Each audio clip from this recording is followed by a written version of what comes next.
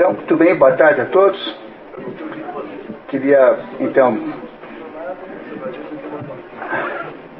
vamos começar então o nosso, estamos aí, passamos já alguns minutinhos, né? As pessoas vêm chegando atrasadas como sempre, ninguém se, estamos acostumados, né? E eu queria então dizer que esse é o vamos lá, pessoal. Então eu queria dizer que esse é mais um encontro do programa SESI de Expedições pelo Mundo da Cultura. Esse programa, patrocinado pelo SESI Paraná, ele acontece em 3 cidades aqui no estado, em Curitiba, Londrina e Paranavaí, e acontece independentemente em São Paulo, capital. Ele já está no seu 3º ano e nós já passamos, portanto, da metade do programa, que inicialmente previa 100 livros.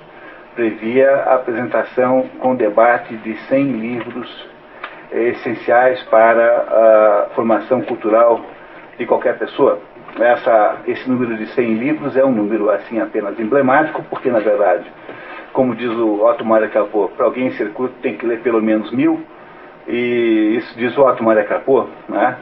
Mas é claro que isso também é para padrões do Otto Maria Capô de Viena de 1930, né? Quer dizer, era outro mundo aquele. E no nosso mundo atual, pelo menos esses 100 livros bem entendidos, alguns eu acho que nós estamos até entendendo melhor do que o Otto Maria Capô, para ser bem sincero, né? Significa já um enorme de um progresso pessoal em âmbitos culturais. Então esse é um programa de cultura, não é um programa de literatura. Nós não estamos interessados nos aspectos formais da obra, apenas no seu conteúdo. E a base do programa aqui são livros de natureza ficcional, sejam eles peças de teatro, como a de hoje, sejam romances, algumas novelas, muito poucas. Uma romance é o maior de todos os gêneros aqui, depois vem as peças de teatro, depois vem as novelas, e há uma pequena parcela, aí imagino que uns 20%, que sejam de livros ensaísticos, livros que que apresentam ideias sobre o mundo, sim, livros que têm uma conotação, digamos assim, expositiva, para usar a expressão do Mortimer Adler. Diga, Denise.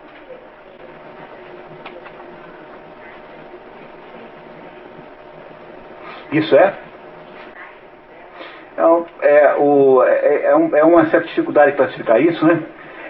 A classificação que eu sempre uso é uma classificação que eu sintetizei a partir do Mortimer Adler, que é assim, o Mortimer Adler divide os gêneros literários em 2 grandes grupos. O primeiro chama-se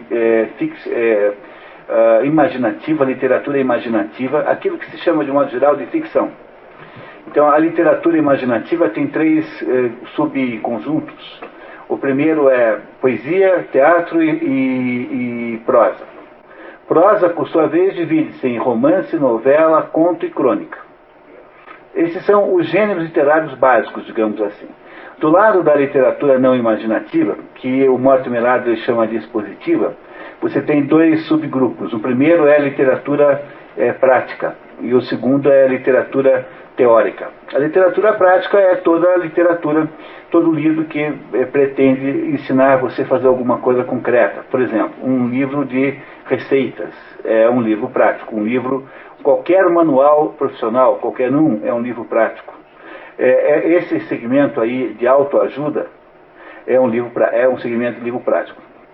Aí do lado do segmento teórico, de acordo com Mortimer Adler, tem história, ciência, filosofia, e eu adicionei por minha própria conta um segmento a mais chamado olha, a gente de vez em quando distribui, acho que você nunca teve a sorte de pegar, mas esse esquema dessas coisas aí, de vez em quando eu passo uma cópia para o pessoal, tá? E eu vou tentar trazer da próxima vez.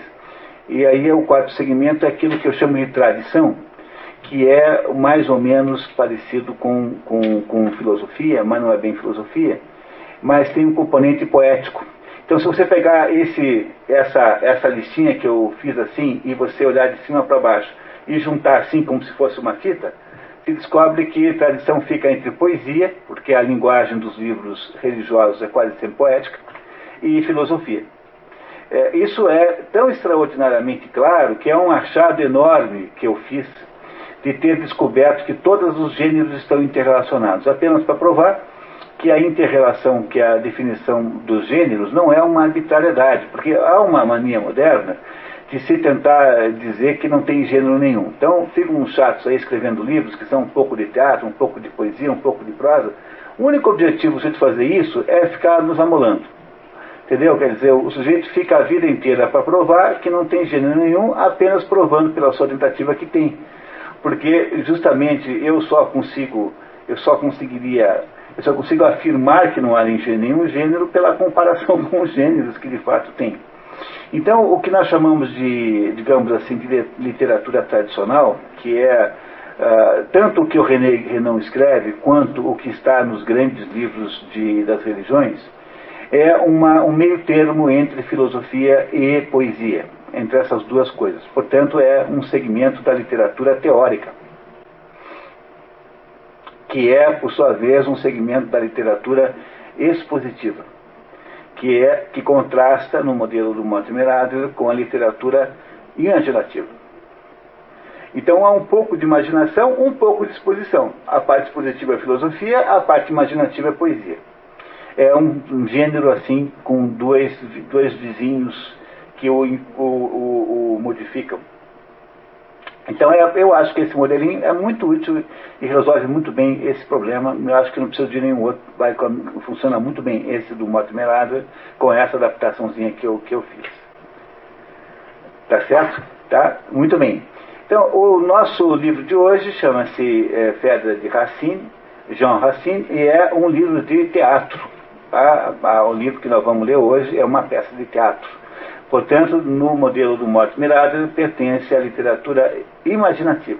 É um dos três, digamos assim, subgêneros imaginativos. À esquerda, a poesia, no meio, o teatro, à direita, a prosa. E por que ele está no meio? Por uma razão muito simples, porque o teatro pode ser tanto feito em termos poéticos, quanto em termos de prosa. Ou seja, o teatro moderno, ele tem diálogos como se fossem diálogos da vida normal. Ninguém hoje em dia faz teatro rimando, né? Ficaria muito esquisito, né? Muito estranho. Então o teatro moderno tem uma rima. Mas o teatro antigo, até alguma coisa como até o século XIX, por aí, ninguém escrevia teatro que não fosse poeticamente. Shakespeare é todo poético. Então Shakespeare tem um componente poético que é extraordinário. Aquilo lá é música perfeita, é poesia perfeita. Então, durante toda a história da humanidade, exceto o mundo contemporâneo, o teatro sempre foi escrito em verso e não era escrito em prosa. De modo que o teatro tem também essa ambiguidade, ele tem essas duas possibilidades, pode ser prosa como pode ser poesia, tem esses dois princípios. No mundo moderno só tem teatro em prosa. E quando tem poesia, bom, você pega, por exemplo, aquela peça chamada do Ariano Suassuna, chamada Vida e Morte Severina. Aquilo é uma peça de teatro, mais ou menos, né? Quer dizer, é uma história para ser encenada, não é para ser lida, e é completamente poético. Né? Não é isso? É o tempo todo poesia, poesia, poesia, poesia. Vida e Morte Severina, escrita por um sujeito que está por aí vivo. Não está em grande estado mental, mas está por aí. Mas não deixa de estar vivo, né? O Ariano Suassuna, que está completamente cagado. Mas é um autor moderno. Né? O João Cabral de Melo Neto. Tá? Eu troquei o autor. João Cabral de Melo Neto não está mais vivo, mas morreu há pouquíssimo tempo, em termos históricos. Então, João Cabral de Melo Neto, eu queria falar do Alta Compadecida, que também tem componente poético, que é do Ariano Suassuna. Mas veja, a Morte Vida Severina é teatro e é em poesia. Mas isso é um pouco excepcional, porque o normal no mundo contemporâneo é que se faça teatro como se fala na vida normal. Assim, os diálogos são diálogos que caberiam muito bem no cinema, assim, sem tirar nem pôr, né? Não é isso? Bom, pessoal, essa peça de hoje é uma peça extraordinariamente interessante e é de uma beleza e de uma como é que eu diria assim, de uma competência tão grande e tem tantas coisas que nós precisamos entender sobre ela antes de começar a ler. Para as pessoas que estão vendo pela primeira vez hoje, esse nosso programa aqui funciona com uma pequena introdução biográfica e circunstanciada da época em que viveu o autor, para que a gente não tenha um pouco de ideia de como é a vida dele. Depois há um resumo da obra, resumo esse que é lido, vocês receberam aí, e que é lido aqui em voz alta, e nós vamos debatendo, conversando sobre ele, para entender exatamente o que a obra quer dizer, e terminamos então o nosso trabalho aqui com a interpretação do livro. Fazemos um intervalo em mais ou menos na metade do caminho. Hoje temos uma atração especialíssima no intervalo, que são os quindins, que a doutora Alice, muito gentilmente, cadê ela? Está aqui, ó, tá? Que ela ficou em casa fazendo de ontem à noite para hoje, tá? E que vai oferecer aqui para os seus colegas hoje aqui no nosso intervalo. Não percam, tá? Tá? Muito bem, tá? Não... É porque eu sempre dou aquele exemplo do quindim, né? Para provar que as sensações são quantitativas e que não é possível criar uma civilização com base em sensações. As sensações não têm potencial civilizatório. Porque a diferença entre o prazer e a dor em quindins, em comer quindins, depende exclusivamente da quantidade que você come. Porque se você comer 85 quindins, você vai achar desagradável comer quindins. E é por isso que a gente não pode imaginar como tendo grande perspectiva e grande futuro esse plano brasileiro de fazer uma civilização com base nas sensações sambísticas, axé, não sei o que, essas coisas do Brasil, de achar que se pode construir uma civilização com base em carnaval, futebol, coisas assim, está completamente, garantidamente destinado ao fracasso. Por causa no exemplo dos quindins, aí ficou muito claro, né? O que dizer para vocês sobre Racine? Racine é uma personagem do século XVII, quando a França está vivendo, assim, digamos, o seu auge, né, no tempo dos maiores Luíses, pelo menos há muitos Luíses, né, os que são da família Bourbon, todos são da família Bourbon, a última família francesa a governar, a última casa real a governar na França foram os Bourbons. Antes disso houve os Valois, antes dos Valois houve os Capetos, né, o Filipe IV Belo era Capeto, e entre os Capetos houve lá o pessoal do Carlos Magno, e depois houve a dinastia, antes disso a dinastia Merovingia, que vocês todos conhecem por causa daquela cretinice do negócio lá do, como é o nome, do negócio lá do segredo do Da Vinci, quase Da Vinci. Então todo mundo já deve ter ouvido falar nisso, porque já foi aí divulgado por esse negócio do Código Da Vinci. Mas o que acontece aí é que nesse momento em que nós estamos vendo essa história foi feita, a França estava no seu auge, que era mais ou menos com o advento do governo de Luís XIV, que depois sucedeu-se por Luís XV, e isso tudo acaba dramaticamente muito mal com Luís XVI, que é então, né, deposto e morto pelos revolucionários da Revolução Francesa. Então esse auge aí é o auge do tempo dos Luíses. E o Jean Racine é um sujeito que viveu esse auge todo, mas há algumas características da vida do tempo de Jean Racine que eu preciso contar a vocês, para que fique claro um pouco melhor o livro que nós vamos ler. Então vocês receberam uma cronologia aí, por gentileza? Peguem, por favor, tem uma cronologia da obra de Jean Racine. Jean Racine, um pouquinho antes do nascimento de Jean Racine, morre o teólogo holandês Cornelius Jansen, e esse Cornelius Jansen, ele é a origem de um movimento religioso católico chamado jansenismo, que nós chamamos de jansenismo, que melhor seria chamar de jansenismo, mas enfim, tanto faz.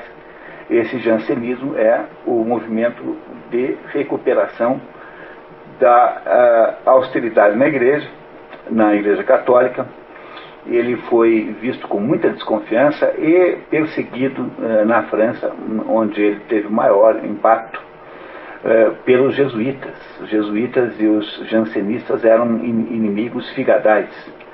Se vocês lembrarem bem do Vermelho Negro, aqueles que leram o Vermelho Negro e estiveram aqui comigo, lembrarão que todos os padres que ajudam o Julien Sorel são todos jansenistas. E todos os padres que são de alguma maneira contrários ao Jean Sorel são todos jesuítas, que aliás tinha sido o padre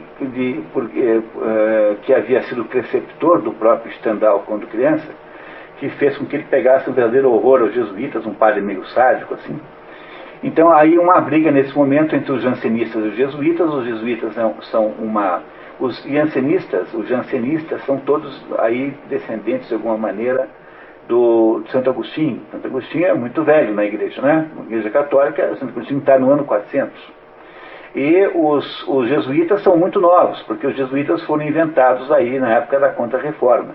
Então o Loyola, que foi o fundador disso, era um sujeito, um homem militar espanhol, e que aparece no circuito só em 1400 alguma coisa. Quer dizer, os jansenitas reportavam ser uma tradução religiosa 1000 anos mais velha do que a dos jesuítas. E os jesuítas eram os manipuladores políticos, os sujeitos que achavam que a igreja tinha que ter uma inteligência estratégica, tanto é que há uma verdadeira teoria conspiratória aí dando conta de que os jesuítas seriam, na verdade, os dirigentes da igreja. Até a teoria do Papa Negro. O Papa Negro seria o superior dos jesuítas, seria o verdadeiro Papa. Nunca ouviram falar disso? Não é possível. Tá, já, né? Porque essa é uma teoria que sai um pouco da moda, mas entre todas as coisas que se atribuem aos jesuítas, entre elas está o afundamento do Titânico, daquele navio, que teria sido afundado pelos jesuítas. Né? O que se chama de o Titanic, né? O Titanic, né? O Titânico teria sido afundado pelos jesuítas, entre as diversas teorias conspiratórias. Então, o principal dos jesuítas, que é o sujeito que está à frente da ordem, é chamado de Papa Negro. Então, havia lá uma briga o tempo todo, porque os jansenistas são agostinianos.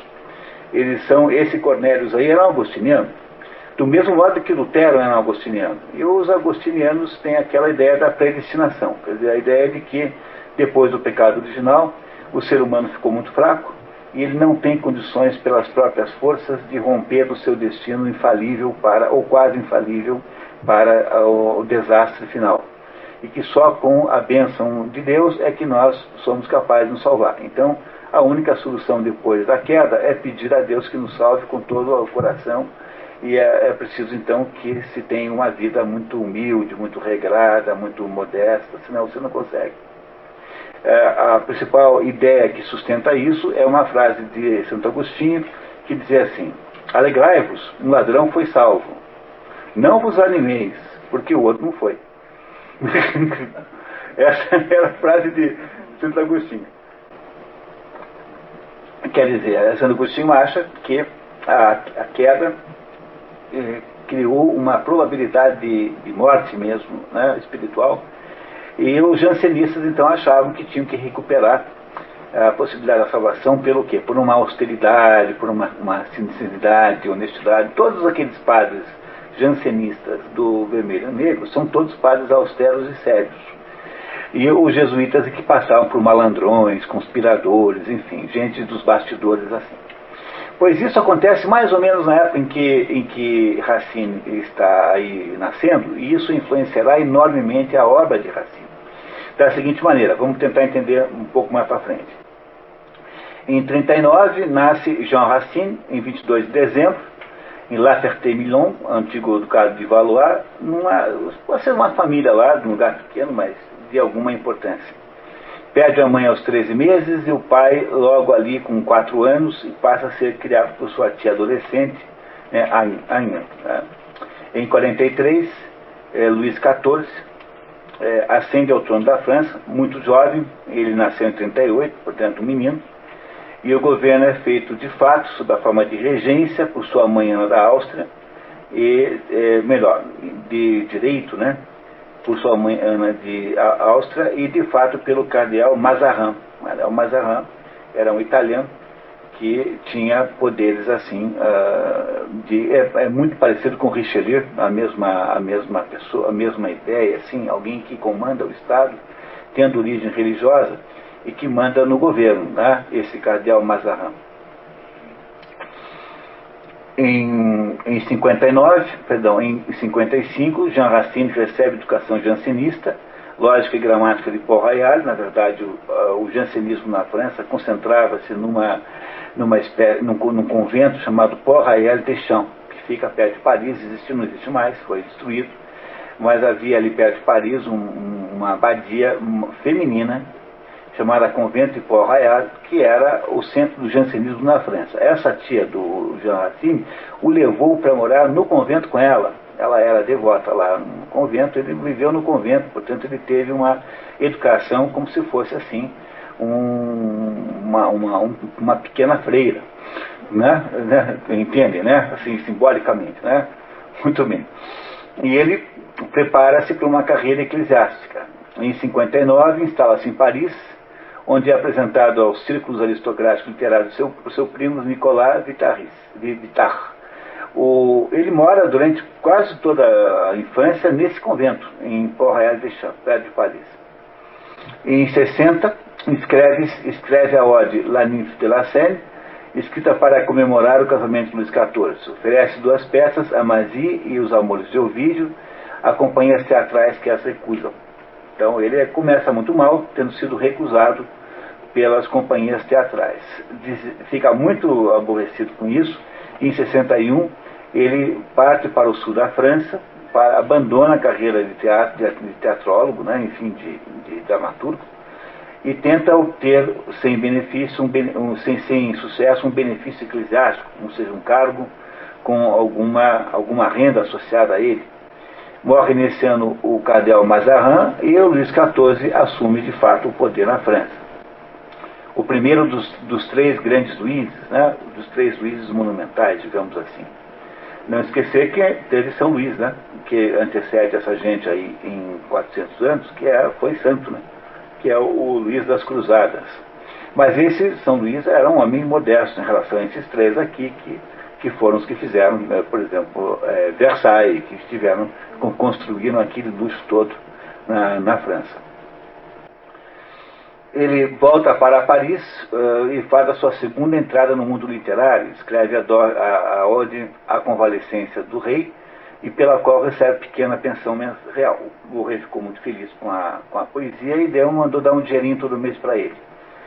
Os artistas viviam mais ou menos desses expedientes daquela época. Não havia uma indústria editorial, não dava para você editar seus livros e vender na livraria Mignone, né? Entenderam? Quer dizer, hoje também não dá, né? Mas muito menos naquela época. Tal. Então ele vivia disso, o artista vivia dessas coisas. Em 63 recebe mais uma gratificação pela ode La Renommée aux Muses, composta por ocasião do estabelecimento de 3 academias de poesia. Em 64, Racine estreia como dramaturgo, sem um grande sucesso, com a tragédia Les Thébaïdes, a Tebaída, sob direção de Molière. Aliás, Molière, Racine e Corneille foram contemporâneos. Os 3 se encontraram várias vezes. Esses 3 aí, que são o coração do tal do teatro clássico francês, que é desse teatro que nós estamos falando aqui. O que, de vez em quando, na história, acontecem essas coincidências. Por exemplo, os 3 grandes dramaturgos gregos, Ésquilo, Sófocles e Eurípides, nesta ordem de nascimento, também foram contemporâneos. E Sócrates, Platão e Aristóteles não foram os 3 contemporâneos, porque Aristóteles nasceu um pouquinho depois da morte de Sócrates, mais 15 anos apenas. Portanto, também teriam quase sido contemporâneos. E a maior de todas as coincidências é o Viena, entre o século XIX e o século XX, que gerou uma enorme quantidade de gênios intelectuais em todas as áreas do conhecimento, como nunca se viu na história. Em literatura, Jacob Wassermann, Robert Musil, o von Döderer, em psicanálise, o Freud, o Adler, depois o Viktor Frankl, também, que é um pouco mais jovem, né? Um pouco mais jovem, não muito mais. Aí você tem na música o Mahler, tá? Então é uma coisa inacreditável, assim, o que Viena gerou no final do século XIX e início do século XX. Assombroso resultado. Então há de vez em quando na história do mundo momentos em que acontece isso. É como se a primavera não viesse nunca para um jardim só e houvesse ali um florescimento coletivo enorme. Pois foi o caso aqui, esses três aí. O Mulher de Todos é o mais divertido. Eu fico sempre sonhando em que alguém um dia faça um filme da vida do Mulher com o Gerard Depardieu no título de Mulher, no papel, que é o papel mais perfeito que alguém possa pensar para o Gerard Depardieu. É perfeito, perfeito, perfeito. E esse Racine aqui, o Mulher era um sujeito dos negócios, um sujeito extrovertido. Esse aqui não, era um sujeito complicado, completamente introvertido, difícil, assim. O Corneille já era mais tinha um comportamento assim mais oficial, estava mais no governo, mas esse aqui é um sujeito muito tímido, muito introvertido, esse Racine.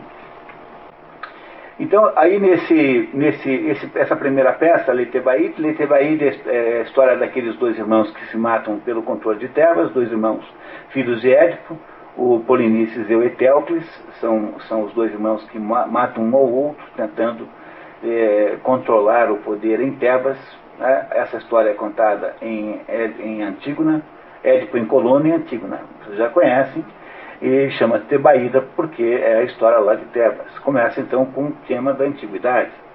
Hoje é muito difícil que alguém apareça fazendo, veja, a distância entre o Jean Racine e as peças gregas desse assunto é de 2000 anos. 1600 mais 400. Hoje ninguém iria montar uma peça aí recuperando a história dos irmãos que se matam em termos gregos, né?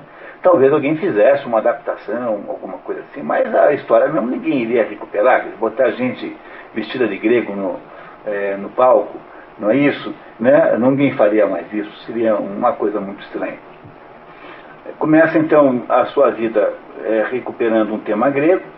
Em 65, Molière encena com sucesso o drama Alexandre le Grand de Racine, que é o Alexandre que nós conhecemos, custando a Racine o estremecimento de suas relações com Paul Rayard e com Molière, de quem Racine retira a peça em cartaz para entregá-la à companhia rival do Hotel de Bourgogne, alegando falta de competência.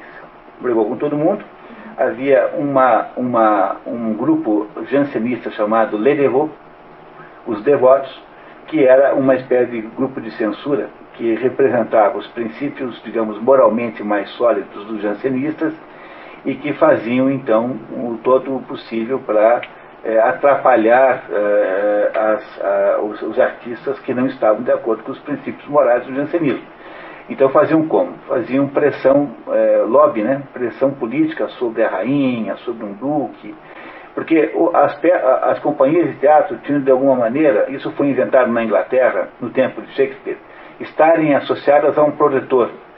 Isso foi inventado no tempo de Shakespeare para impedir que o teatro se transformasse num palco de reivindicação política. Então, lá no tempo de Shakespeare, na Inglaterra, alguma coisa como 70, 80 anos antes, inventou-se essa ideia de que a companhia de teatro não pode ser independente, ela tem que ter um lorde, alguém da nobreza que a patrocine. Então, como é que você faz para interromper uma peça que lhe parece imoral? Você faz lá a pressão sobre o patrocinador daquele grupo, para que ele diga para que vai parar. Não é isso? Então os devotos faziam isso, os devotos, né, faziam isso. A vida de Racine foi essa briga o tempo todo. Estamos aí agora em 67 e estreia a tragédia Andrômaca, que torna Racine famoso. Andrômaca é mulher do Heitor, né, Heitor de Troia. Andrômaca é a mulher dele. Então repare que só há assuntos históricos, né? Só há assuntos históricos. Todas as obras são históricas. Em 68, Racine ensina sua única comédia, Les Plaideurs, Os Litigantes, e é considerado rival de Corneille. Armand de Racine, lá de Parc, morre misteriosamente e ele é acusado de envenená-la assim que isso se tenha provado. Depois, mais tarde, ficou claro que se tratou de uma conspiração dos devotos. Houve lá, era uma conspiração, não se sabe quem a matou, mas a acusação era obviamente falsa. Em 69 é encenada a tragédia Britânicos, uma tragédia com base romana, né? É um soldado do exército romano. Em 60 é encenada a tragédia Berenice, em 72 Bazazet, e em 73 Mitriade, que é uma outra tragédia histórica. Torna-se membro da Academia Francesa. Em 74, encenada a tragédia Ifigênie, conta a história de Ifigênia. Ifigênia é filha de Agamenon e Clitemnestra, que foi sacrificada terrivelmente para que os gregos pudessem vencer a calmaria que os impedia de irem para Troia. É uma história horrível, terrível, e que Voltaire dizia que a tragédia Ifigênie de Racine é a sua peça predileta. Na edição que foi usada para fazer esse resumo, que é essa que está na mão do Anatole ali, essa edição muito bem feita, muito bem traduzida, tem além de Fera, também tem Ifigênie e tem Le Thébaïde. Tem as 3 peças ali, que são as 3 peças centrais de Racine. Vale a pena comprar esse livro. Todos os 3 muito bem traduzidos, boa qualidade. Em 76 é editada a primeira coleção da obra. Em 77 é encenada sem sucesso a tragédia Phèdre, que é a nossa tragédia aqui. Nesse ano ele casa-se com Catherine de Romanet, com quem teria 7 filhos. Em 77, nesse mesmo ano, aborrecido com a falta de sucesso de Phèdre, ele abandona a carreira teatral e aceita um convite do rei, com ele mais um outro sujeito chamado Boileau, para ser historiador. Em 79, reconcilia-se com Paul Rayard, apesar das perseguições aos jansenistas, que a coroa francesa, instigada pelos jesuítas, considerava uma igreja dentro da igreja. Em 82, Luís XIV, para controlar melhor a nobreza, aqui não tem esse azinho, né? Tá? Não tem esse, tá? Traz muitos nobres para morar em Versailles, ainda inacabado. Então os nobres tinham que largar suas propriedades e morar em Paris. Assim não podiam conspirar, estavam sempre sob os olhares cuidadosos do rei. É preciso também que vocês entendam isso. A nobreza tem muitos níveis de nobreza. A aristocracia tem o rei, depois tem lá os duques, os condes, enfim, tem os diversos nomes. E esse pessoal vive em problemas entre si, porque o sujeito que é nobre e baixo, que está lá na escala mais baixa, ele trabalha. Ele tem lá uma propriedade agrícola, ele cuida lá daquele negócio, pelo menos fica lá dando uma olhada.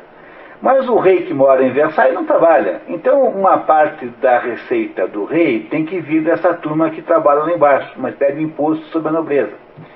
E quando houve a Revolução Francesa, entre os que estavam interessados em derrubar o Luís XVI, estavam também grandes partes da aristocracia, porque a aristocracia achava-se roubada pelo rei, achava-se estourada pelo rei. Então é preciso entender por que acontece isso. Quer dizer, para o Luís XIV, o jeito melhor de tentar impedir que isso acontecesse é botando os nobres mais perigosos para morarem perto dele, porque é mais difícil conspirar no palácio do que conspirar longe, né? É isso? E aí essa é a razão pela qual ele fez isso.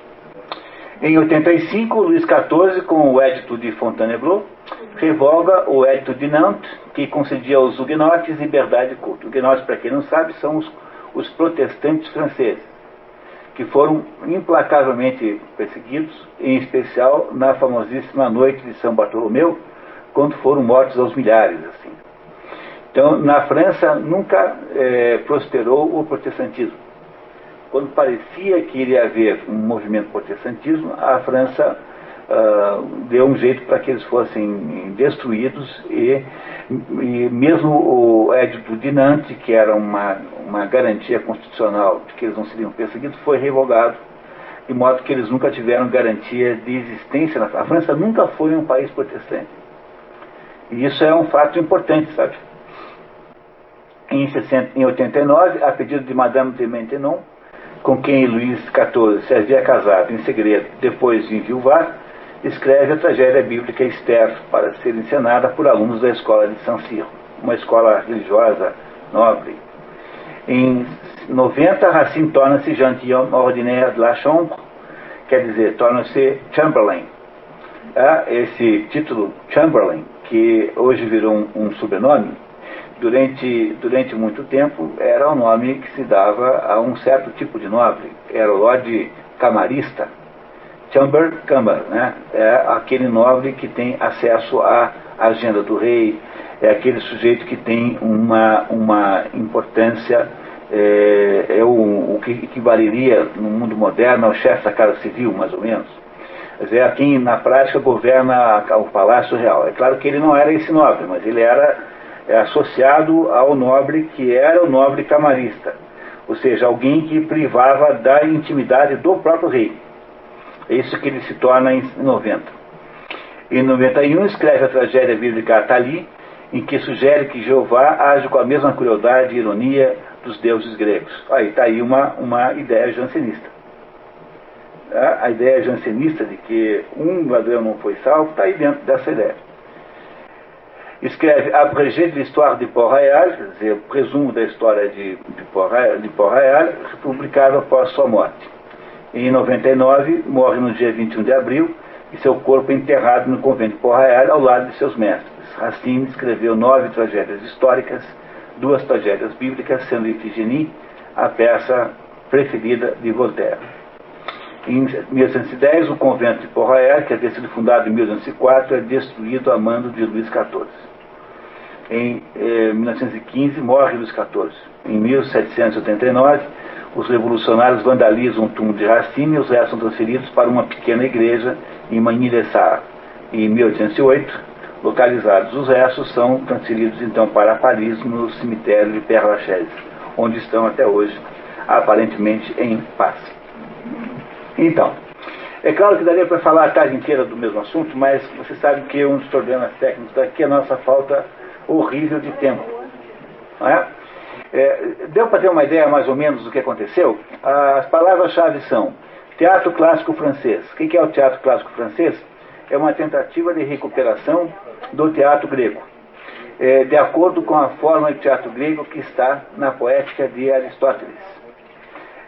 Há 3 grandes figuras, 3 figuras maiores, pela ordem de nascimento: Corneille, Racine e Molière, ou Molière e Racine estão alterados, não tenho certeza, mas os 3 se conheceram e os 3 estiveram então associados à coroa inglesa, à francesa, e além de estarem associados à coroa francesa, estiveram muitas vezes em lugares opostos por causa, primeiro, da natural animosidade que há entre artistas, né? Um conflito de egos sempre muito grande. Segundo, porque o conflito religioso do seu tempo, quer dizer, as interferências jansenistas na coroa, nos mandatários franceses, sempre foi muito grande, e houve então aí uma porção houve sempre um clima de conspiração, sempre um clima de puxação de tapete, sempre um clima de debate muito grande durante essa época toda. O resultado disso é que Racine, Molière foi o que mais produziu obras, Corneille fez as obras mais, digamos, mais clássicas, sob a ponto de vista formal, mas Racine fez as obras mais extraordinárias sob o ponto de vista linguístico. O Otto-Marie Capot acha que ele é o maior poeta da língua francesa. Isso não é pouca coisa vindo do Otto-Marie Capot. Portanto, Racine fez uma obra pequena em relação aos outros 2, mas fez uma obra de uma qualidade poética extraordinária. Corneille fez a obra, digamos assim, mais dentro dos parâmetros históricos, clássicos, e Molière fez apenas, na prática, só fez comédia. Então, Molière fez a obra mais famosa, tanto é que a Comédie Française foi fundada para homenagear a Molière. Molière é a origem da Comédie Française. Ou seja, é o sujeito que fez as obras mais populares, que todo mundo aí morre de rir, o Misantropo, né, o Médico à Força, o Avarento, enfim, há aí, né, uma enormidade de peças que até hoje são um sucesso. Molière, para deixar as coisas completamente cômicas, morreu durante a apresentação da peça O Doente Imaginário, em que ele fazia o papel de doente. Para você ver como é um sujeito convincente, né?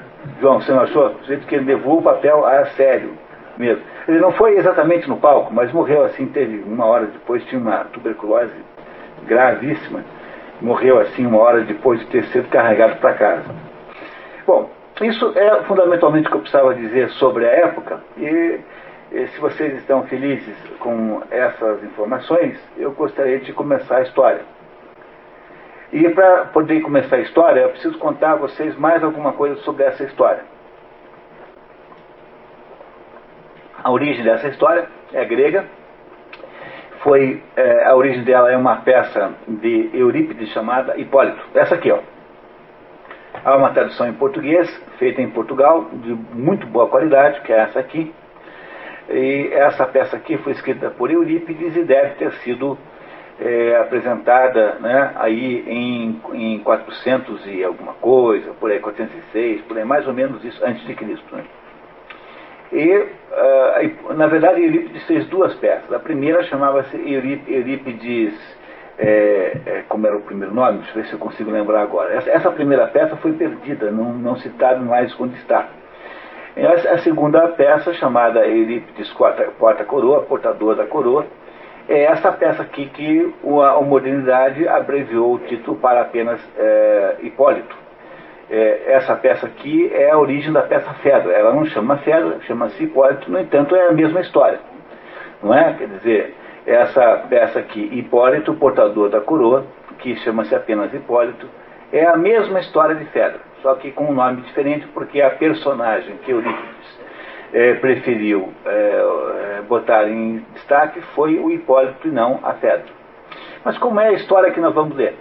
Depois, essa história aqui, embora seja muito anterior à de Racine, ela não é exatamente igual. Há diferenças importantes. Eu vou ao longo da leitura contando para você quais são elas. Mas entre essa aqui e essa daqui, que é a que nós vamos ler agora, tá, existe uma peça intermediária chamada Hipólito, também feita por Sêneca, no Império Romano, de que eu não conheço, não li, mas de quem eu tenho algumas indicações de diferença de enredo também. Então há três peças fundamentais sobre o mesmo tema. Hipólito, por Eurípides, a primeira, Hipólito de Sêneca, a segunda, e Fedra de Racine, a terceira. A terceira é muito melhor que as outras duas. É muito mais complexa, é muito mais reveladora. Essa de Racine, que nós estamos aí estudando hoje, né, que é essa aqui, ela é muito superior às peças da antiguidade, na opinião da maioria dos estudiosos. Ela tem complexidades e características narrativas muito superiores. É claro que muitas coisas foram inventadas por Racine, não estão nas peças velhas, né? A Racine inventou determinadas coisas, no entanto, em nenhum momento há alguma grande diferença. Quer dizer, essencialmente a história é a mesma. A razão pela qual Racine prefere falar de Fedra e não de Hipólito, depois a gente até discute no final. Mas o que interessa lembrar é que há uma personagem central em tudo isso, unificadora, que é a personagem chamada Teseu. Teseu é um herói ateniense que é considerado pelos atenienses do mesmo tamanho que Heracles, ou Hércules. Embora, claro que isso pode ser debatido. Mas o Teseu é o sujeito que dá origem a tudo isso, porque o Teseu, agora eu tenho que contar para vocês 5 minutos de história, para vocês entenderem isso. O Teseu era um fulano que era filho de Egeu. Egeu era rei de Atenas, filho ilegítimo, filho lá numa aventura, e o Teseu, então, feito as circunstâncias todas são tais que, quando o herdeiro de Atenas ficasse adulto, ele descobriria debaixo de uma pedra gigantesca os dois símbolos do reinado, do seu poder real, que é a espada e as sandálias. E nós aqui vimos várias peças gregas já, sobretudo vimos a Teogonia, e é preciso que vocês lembrem que a espada significa o espírito e a sandália significa o caminho pela vida, né? É o pé. O pé é mais ou menos o sintoma da alma.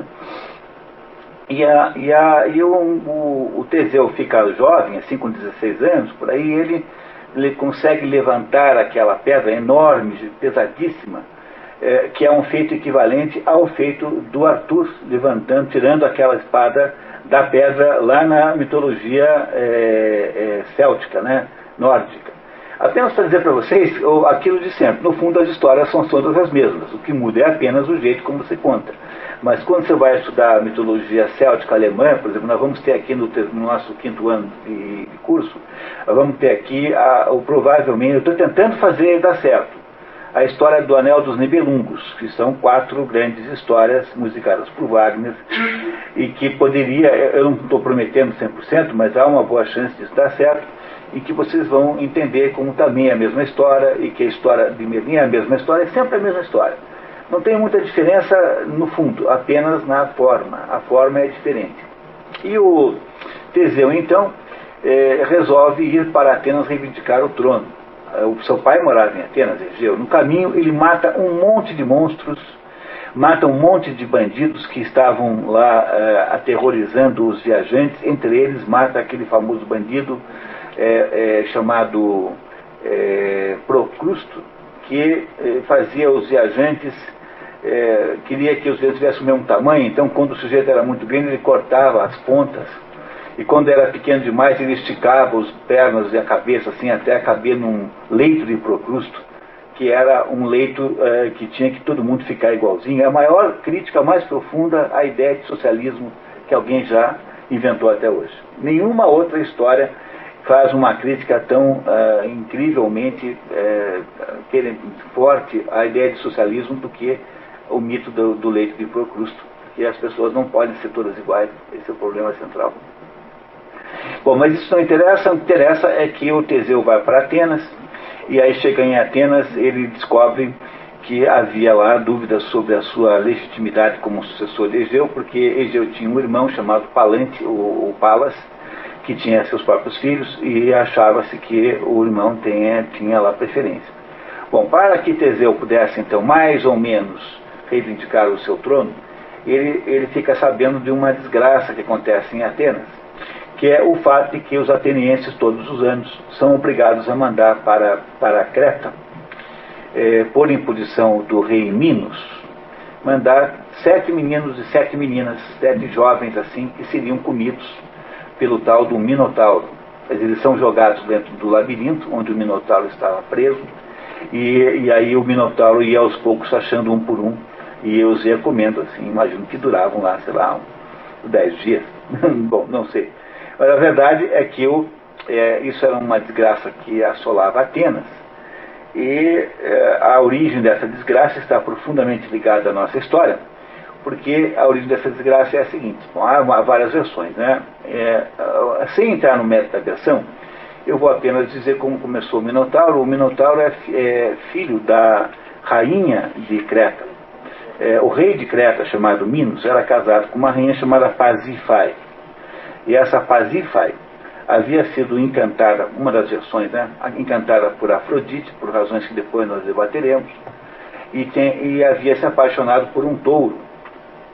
E esse touro, então, não dava muita bola para ela, então, para que ela pudesse ter mais chances amorosas com o tal do touro, ela pediu ao Dédalo. Dédalo era aquele fulano, pai de Ícaro, que estava naquele momento exilado em Creta, que era um engenheiro competentíssimo, que fizesse uma vaca de madeira, um mocap de vaca, né? Em que ela podia se meter dentro. Ela se meteu dentro da vaca, e com isso ela conseguiu interessar o touro, e teve como consequência, não sei quantos meses depois, mas imagino que próximo de 9, um filho que era o Minotauro.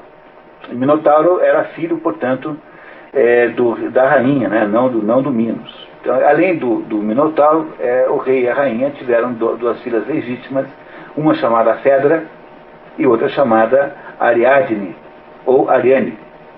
Bom, aí o rei não sabia o que fazer com aquele fulano, né? Porque além de ser filho legítimo da mulher dele, era meio esquisito, né? Meio estranho, tinha corpo de homem, cabeça de touro, e o prendeu no labirinto que ele pediu que Dédalo fizesse. Foi Dédalo quem projetou o labirinto onde ficou preso lá o Minotauro.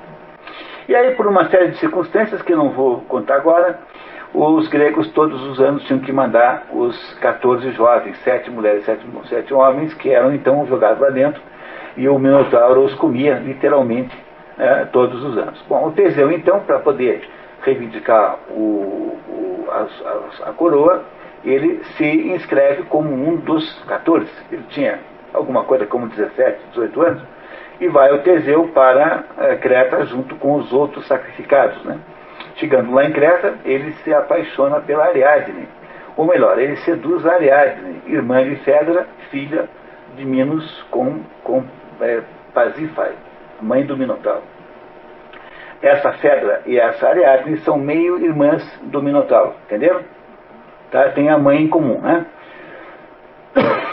E como é que a Ariadne faz para ajudá-lo? A Ariadne, por sugestão, comunica a ele a sugestão do próprio Dédalo, que ele devia entrar no labirinto com um novelo de lã, e ele então ia desembaraçando aquele novelo e poderia então achar o caminho de volta, depois que matasse o Minotauro. Esse novelo de lã ficou conhecido como Fio de Ariadne, é chamado assim até hoje, na linguagem moderna, Fio de Ariadne, porque foi Ariadne quem passou a ideia para o Teseu. O Teseu, de fato, mata o Minotauro e, na volta, ele prefere a Fedra do que a Ariadne e faz uma coisa terrível. Ele acaba abandonando a Ariadne numa ilha chamada Naxos, onde ela tem 2 fins. Um, que ela teria sido morta ali por Dioniso, e outro, que ela teria casado com ele. Seja como for, não se trata de um fim justo para uma moça que ajudou o Teseu. E o Teseu, então, volta para Atenas com a Fedra, que era irmã da Ariadne, e assume o poder. E assume o poder em circunstâncias muito estranhas, porque ele havia combinado com o pai dele que, se ele voltasse com sucesso, as velas do navio seriam brancas, e se ele voltasse com insucesso, as velas seriam pretas.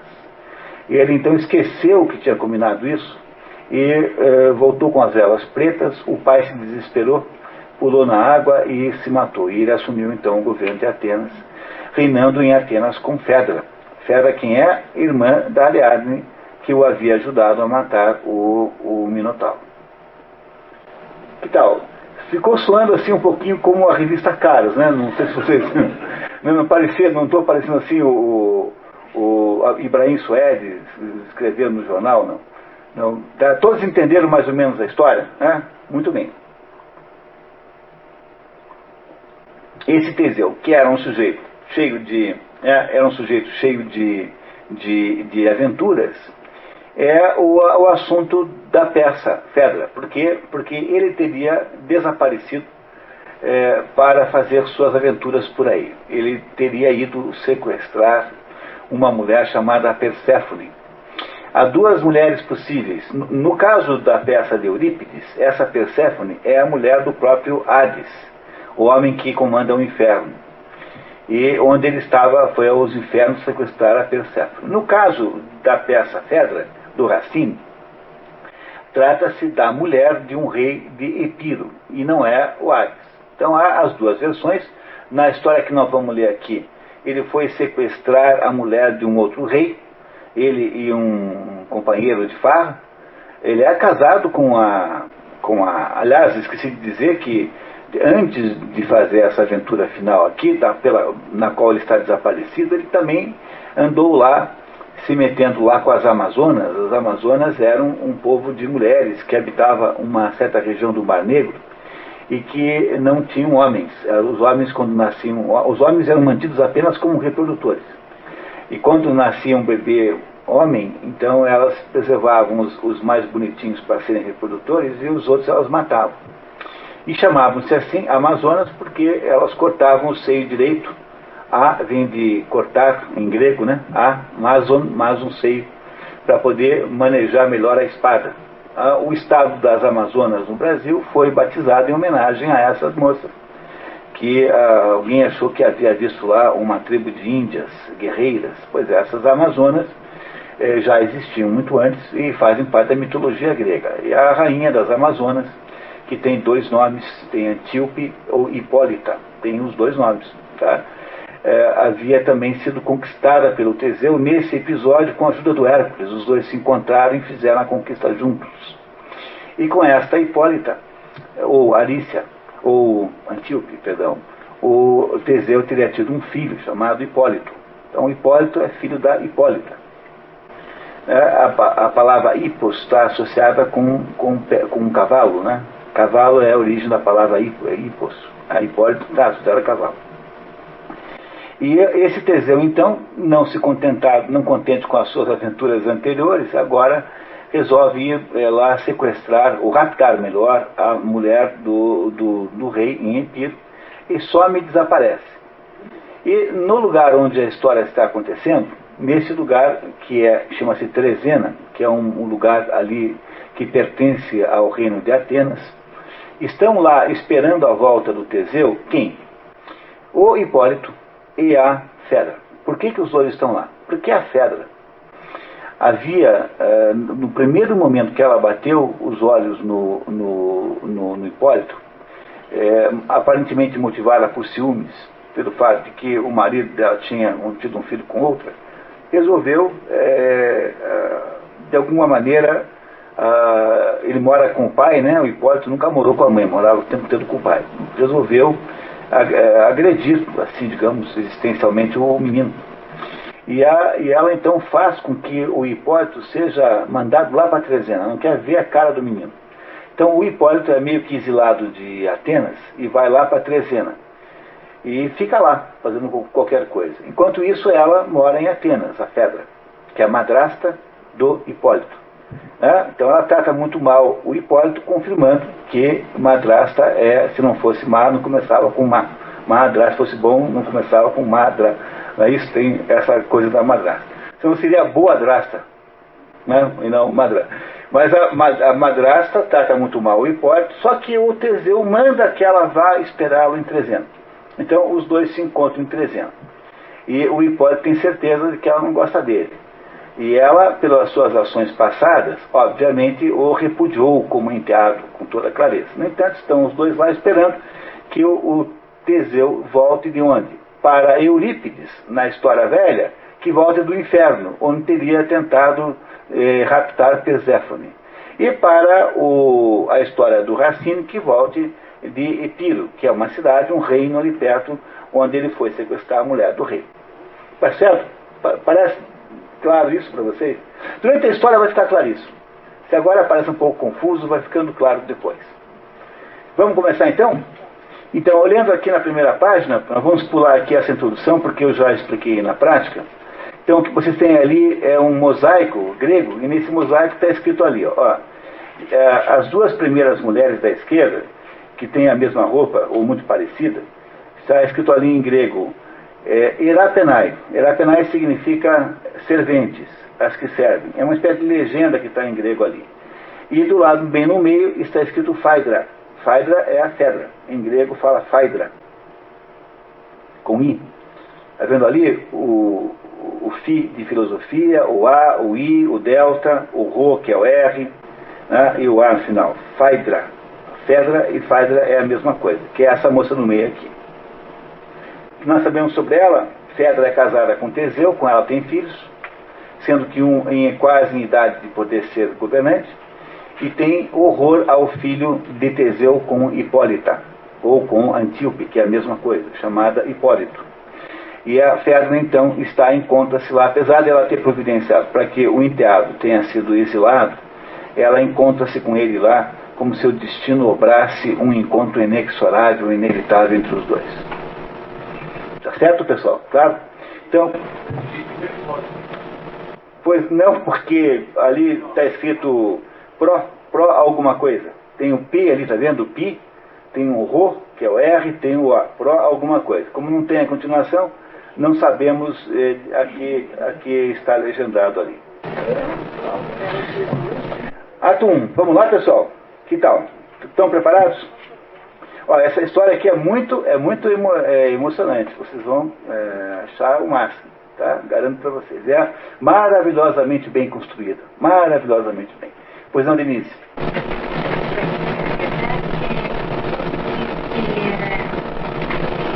A Igreja Católica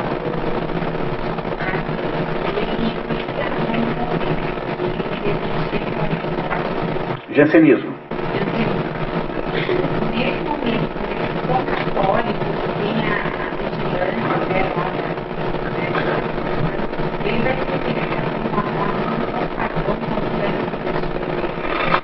vai ele vai fazer uma cédula jansenista. Ele vai escrever uma cédula jansenista. Ele dará um jeito para parecer jansenista. Mas cuidado, porque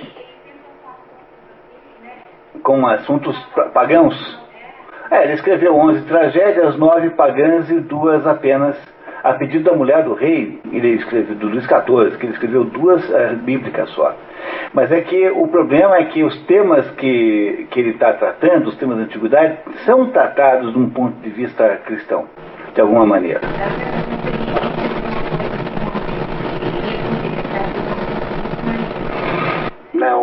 Não necessariamente, veja, não, porque os temas são amplos, né? Então veja, não haveria nada mais cristão do que você desenhar a história de uma mulher cuja vida está condenada ao desastre. Não é a fórmula jansenista por excelência? A predestinação da Fedra? Então, ele é jansenista. Bom, você vai ver só no final como vai ficar claro isso. Então, a minha filha Clara vai fazer a leitura, então, a gente acompanha. A qualquer momento, por favor, vocês me interrompem que eu esclareço o que for necessário, tá? Então vamos lá. Hipólito comenta com seu amigo Terámenes que não... Terámenes não está nem em Eurípides nem em Sêneca, tá? Terámenes só está em Racine. Que não pode mais esperar a volta do pai, porque já se envergonha do seu ócio e pretende sair à busca dele. Terámenes diz a Hipólito que já havia procurado o rei em todos os lugares, e que talvez Teseu estivesse desaparecido de propósito, porque esse herói não deseja uma esposa enganada. Quer dizer, o Terámenes diz assim, olha, acho que o seu pai arrumou aí um caso, por isso é que ele sumiu. Tá? Entendeu? O Terámenes insinua que o Teseu está aí às voltas com alguma outra mulher, tá? que era mais ou menos comum no caso do Teseu. Tá? E daí por isso que ele teria sumido. Né? Hipólito exige de Terámenes respeito para o seu pai e insiste em partir dali, para longe do lugar que não mais se atreve a ver.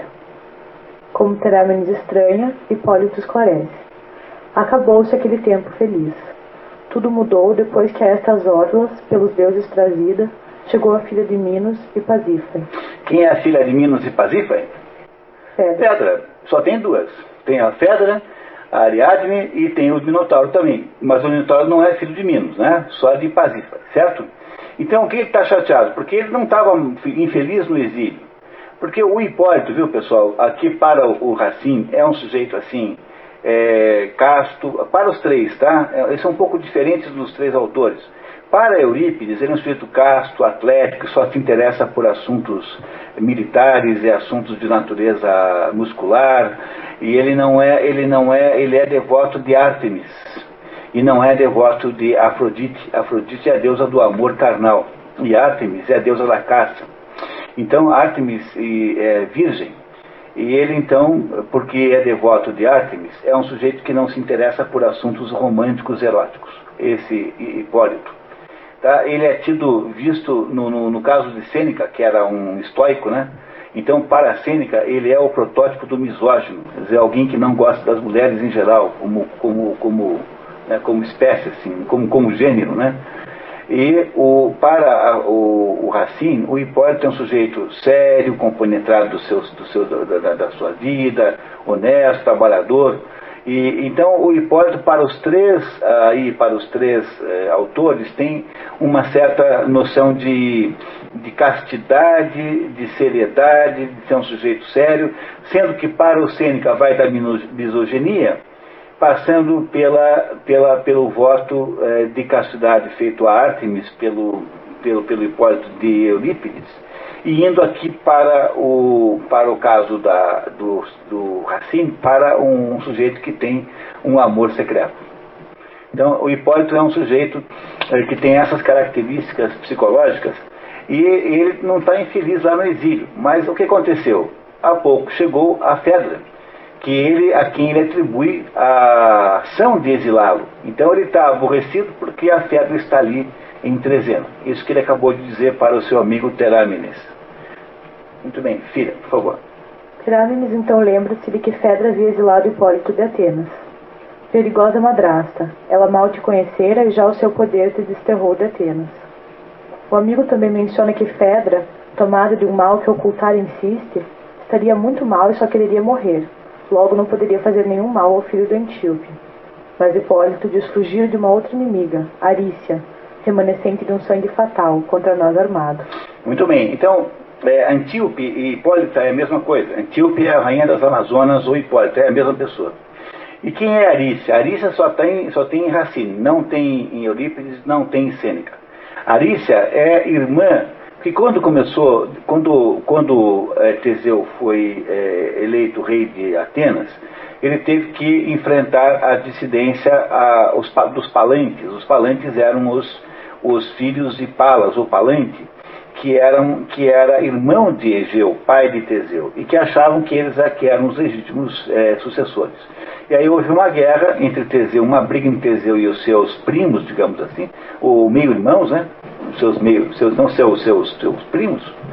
E ele matou todos os homens, todos os Palantes foram mortos. E sobrou apenas a Arícia, que é a mulher, e a Arícia foi poupada por Teseu com a condição de que ela não podia se casar com ninguém de Atenas, porque o Teseu tinha medo que ela, ao se casar, pudesse renovar a dinastia dos Palantes que ele se encarregou de destruir. Então, a Arícia, que só tem em Racine, não tem nos outros dois, ela é uma moça ali que está associada com a dinastia derrotada quando Teseu tomou o poder de Atenas. Então, ele está dizendo assim que eu não temo a Fedra, porque o Terámenes diz que a Fedra está meio à morte, está sofrendo de uma doença e que ela quer morrer, está muito depressiva, e ele diz que não pode fazer mal para você. Mas eu não temo a Fedra, eu temo a Arícia. Por que eu temo a Arícia? Porque a Arícia tem algum potencial de recuperar, né, alguma coisa, que ele não sabe bem o que é, mas vai nos contar em seguida. Terámenes desconfia que Hipólito, implacável inimigo das amorosas leis e da servidão a que seu pai dobrou-se tantas vezes, estaria amando a moça. As leis que servidão que o pai dele se dobrou? A servidão do sexo, do prazer sexual, ou seja, o pai dele é devoto de Vênus, e ele é devoto de Ártemis, ele é casto e o pai é um sujeito voltado para os prazeres sexuais. Teseu é isso, né? É um sujeito voltado para os prazeres sexuais. Hipólito nega. Quanto a mim, poderia o amor ter me enredado? A tal ponto teriam os deuses me humilhado? Tanto mais desprezível em meus desajeitados ais, quanto mais se escusa Teseu por seus feitos vários, eu, que nem um só monstro dominei jamais, terei o direito, como ele tem, de fraquejar? E se meu orgulho se abrandasse, ao fim, porque eu concederia o triunfo a Arícia? Não lembrariam meus sentidos extraviados do antigo impedimento que a ambos nos separa? Que antigo impedimento é esse? É a ordem que Teseu deu para que Arícia não case com nenhum ateniense. Tá? Esse é o antigo impedimento. Tá? O Teseu proibiu Arícia de se casar. Meu pai a condena, e por meio de duras leis proíbe-a de dar sobrinhos a seus irmãos. Ele teme o reverdecer de um culpado tronco. Quer, junto com a irmã, lhe sepultar o nome, e que até a morte sujeita a sua tutela, as tochas do Himeneu não se acendam por ela. Olha que beleza de poesia. Vocês estão reparando a beleza, mesmo na tradução, a beleza que é isso? Devo assumir seus direitos ante um pai exasperado? Hei de dar, então, o exemplo da temeridade? A um louco amor minha juventude acorrentada. Então está aqui o Hipólito dizendo que não tem nada desse negócio de amor com ele não. Tá? O outro obviamente não acredita. Aliás, o outro para um homem até que é bem perceptível, né? bem sensível assim, né? Mas o né, desconfiou de alguma coisa e tal.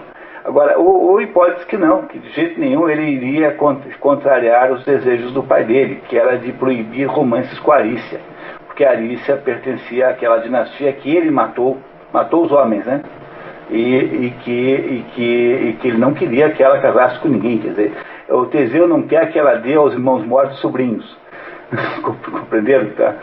Não quer que ela tenha filhos que possam vir a reivindicar o trono de Atenas. Ele quer que a sua linhagem, Teseu, é que possa governar em Atenas para sempre. Entenderam isso, né? Está claro, né? Muito bem, continuamos. Mas Terámenes insiste. Senhor, se tua hora já foi assinalada, o céu nas suas razões não vai considerar. Teseu abre teus olhos ao pretender cerrá-los, e seu rancor, atiçando uma chama rebelde, a sua inimiga um novo encanto confere. Por que recear um casto amor, afinal? Se nele encontras ternura, por que não prová-lo? Levarás em conta então um tímido zelo? Temes, nas pegadas de Hércules, te perder? Hércules é um sujeito aí. De Hércules é para falar uma semana aqui. Eu estou fazendo um grupo de leitura com os adolescentes em São Paulo da história de Hércules. Hércules é um sujeito aí dominado pelo seu instinto sexual, pelos seus desejos em geral. O problema de Hércules é esse: ele tem que fazer os 12 trabalhos para poder vencer isso.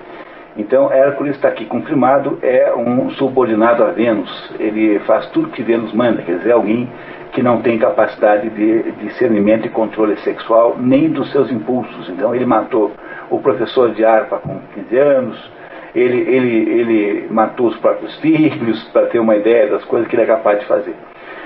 Então ele está aqui, o Terámenes, dizendo para Teseu. O Teseu é uma espécie de Hércules ateniense. Hércules não é ateniense, mas Hércules e Teseu foram contemporâneos, não é isso? Então está aqui o Teseu, o Terámenes dizendo assim: você tem medo de virar um Hércules, é por isso que você não quer aceitar o fato de que você quer ficar com a Arícia? Tá certo? Tá, muito bem, continuamos. Qual orgulho que por Vênus não foi domado? Tu mesmo, por onde estarias, tu que a combates, se Antíope, sempre as suas leis contrárias, a Teseu, com tímido ardor, não houvesse amado? Querer sempre anota, filha, por favor. Antíope, muitas vezes chamada de Hipólita, é a rainha das Amazonas com quem Teseu teria feito Hipólito, após tê-la vencido. Neste episódio, Teseu teve ajuda de Hércules. Porque é um dos 12 trabalhos que Hércules tinha de capturar o cinto das Amazonas. Então, diz assim: se Teseu não tivesse aceitado, né, o seu desejo por Arícia, você não existiria. Por Arícia, não, por Hipólita, você não existiria. Está aqui o amigo argumentando com Hipólito que tem um excessivo desejo de castidade. Excessivo. Continuamos, por favor. Mas a que serve empregar palavras altivas? Confessa, tudo mudou e faz alguns dias que não te vejo, orgulhoso e selvagem, fazer voar um carro ao longo da praia. Nem, sábio na arte por Netuno inventada, tornar dócil ao freio um corcel indomado. A arte de domar cavalos foi Netuno quem inventou. Toda vez que Netuno se fantasia, sai da água, ele se transforma em cavalo. Tá? E depois há uma porção de sentidos associados a isso. A floresta nossas vozes já ecoa menos. Com um secreto fogo teu olhar enlanguece. Impossível duvidar, estás amando e ardes. Morres de um mal que te esforças por dissimular. A encantadora Arícia conseguiu te fascinar?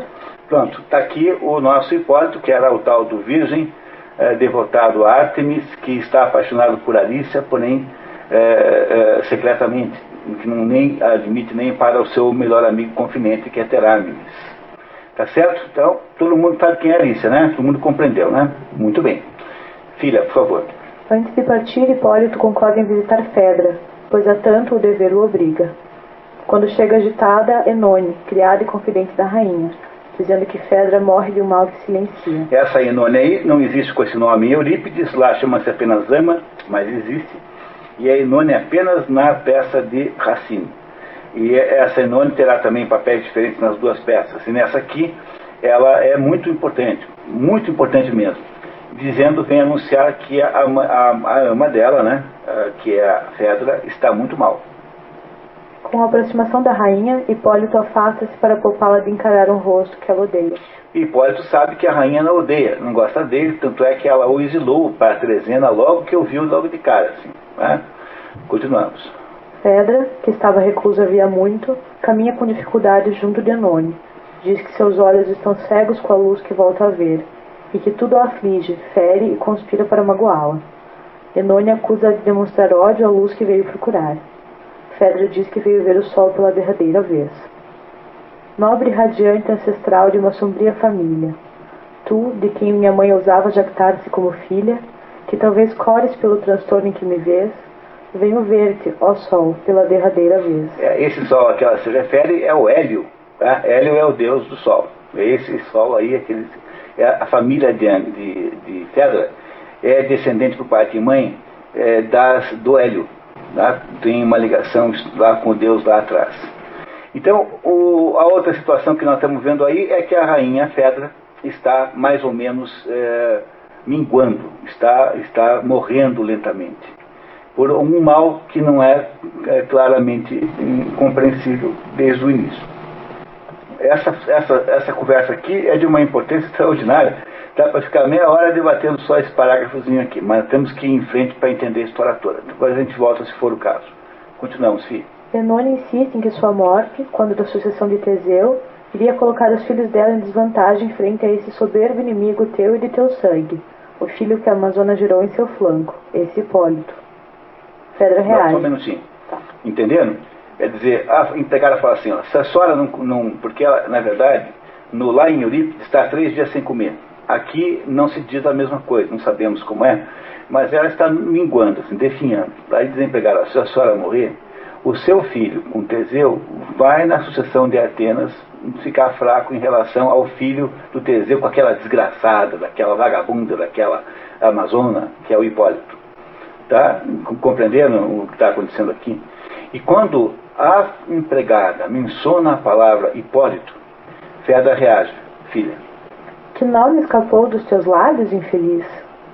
Como a criada estranha a reação e insiste, Fedra explica. Morro, para não fazer uma confissão funesta. Enone, muito curiosa, a chantageia dizendo que havia abandonado os próprios filhos para cuidar dela. E a minha fidelidade conferes esse prêmio? Pressionada, Fedra lamenta que primeiro sua mãe tenha sido levada pelo amor a um desvario. Pode ir lá embaixo. Pasífae, mãe de Fedra e irmã de Circe, apaixonou-se por um touro e fez com que Dédalo construísse uma vaca postiça dentro da qual se enfiou para motivar um touro indiferente. Mais tarde, Pasífae deu à luz a um minotauro, que Minos prendeu no labirinto. Que sua irmã Ariadne tinha morrido na ordem em que foi abandonada. Ariadne, que entregou o novelo de lã a Teseu para orientar-se no labirinto e matar o minotauro, foi por este seduzida e abandonada na praia de Naxos. Segundo algumas versões, Ariadne foi ali morta por Ártemis, amando de Dionísio. Segundo outras, Ariadne teria se casado com o deus. E agora, ela, já que Vênus o quer, desse sangue deplorável seja a última a perecer e a mais miserável. A Vênus ou Afrodite é a mesma coisa. Vênus em Roma, Afrodite na Grécia. Quem é que adivinha que ela vai confessar para a criada?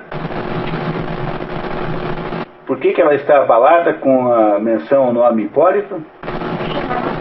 Ah, bom, pô, se vocês não me dissessem isso, eu ia ficar achando que vocês não estão assistindo, não estão lendo romances em quantidade suficiente. É possível que vocês não tenham percebido isso.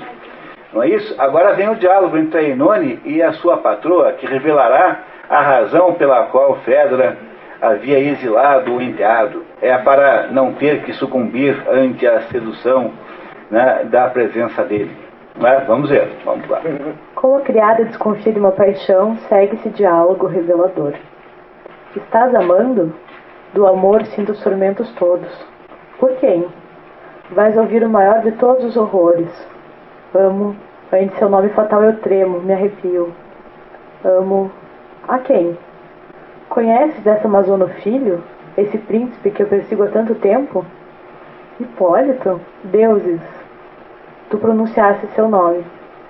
Justos céus! O sangue em minhas veias se enregela. Ó desespero! Ó crime! Ó raça tão funesta! Viagem infeliz, malfadada à praia. Por que arribamos às tuas perigosas margens? Então, tá? Não é um diálogo que vocês teriam facilmente com a empregada de vocês em casa? Não, malfadada em margens da qual nós arribamos. Então, às vezes, veja, isso tudo ficou um pouco assim antiquado, mas é de uma beleza extraordinária. Se você se der ao luxo e se der ao presente de aproveitar, isso tudo é muito bonito, né? É extraordinariamente bonito. Embora seja um negócio meio anacrônico, né? Então, veja, aqui está colocado todo o problema. O Teseu casa com a Fedra, apesar de dever ter casado com a irmã dela, Ariadne. Esta Fedra vem para Atenas e descobre lá que ele já tem um filho, que ele teve antes com uma Amazona, a rainha das Amazonas, a Hipólita, não é qualquer Amazona. E que esse filho, que chama-se Hipólito, ela olha para o rapaz assim e se apaixona por ele. E aí então fica perturbadíssimo aquela situação e faz o quê? Consegue convencer o marido a exportar o rapaz lá para um canto longínquo do reino, para que ela não tenha que viver aquela tensão todos os dias. No entanto, agora, por uma questão circunstancial, ela vai a Trezena, onde está o Hipólito, e o encontra lá. E agora ela não consegue mais suportar aquela tensão. É claro que dentro do contexto mitológico da história, esta paixão que Fedra sente pelo seu enteado é motivada pelas bruxarias de Vênus, né, de Afrodite. Porque a Afrodite, para se vingar da família, por razões que logo vocês ficarão sabendo, a Afrodite, então, fez a mãe dela se apaixonar por um touro, fez a irmã dela, né, ser seduzida pelo Teseu, que afinal de contas é um aventureiro. Não é isso? E agora quer que ela também sofra alguma coisa grave, assim como essa, entenderam? Quer dizer, sob o ponto de vista do conteúdo dessa história, todos esses acontecimentos são aí urdidos pela própria Afrodite, ou Vênus, né? A mesma coisa. Muito bem, a empregada fica obviamente escandalizada, né? Agora, como é que vai se fazer com isso? Vamos lá. Fedra conta que tão logo havia visto seu soberbo inimigo, seus olhos já não viam e não pôde mais falar, e imediatamente havia reconhecido Vênus e seus fogos tão terríveis, fatais tormentos de uma raça que ela aflige. Afrodite persegue os descendentes de Hélio, Sol, entre eles Pasífae, Fedra e Ariadne, por Hélio ter revelado os amores clandestinos da deusa com Ares. Porque a Afrodite era casada com Hefesto, mas o Hefesto é um sujeito horroroso, porque ele é coxo, ele é feio e ele é suarento, porque ele fica o dia inteiro naquela forja. Ele cuida de uma forja no Olimpo, então ele é um sujeito horroroso, mal cheiroso, suarento. É o quê? Hefesto é Vulcano, a mesma pessoa. Hefesto em grego, Vulcano em latim.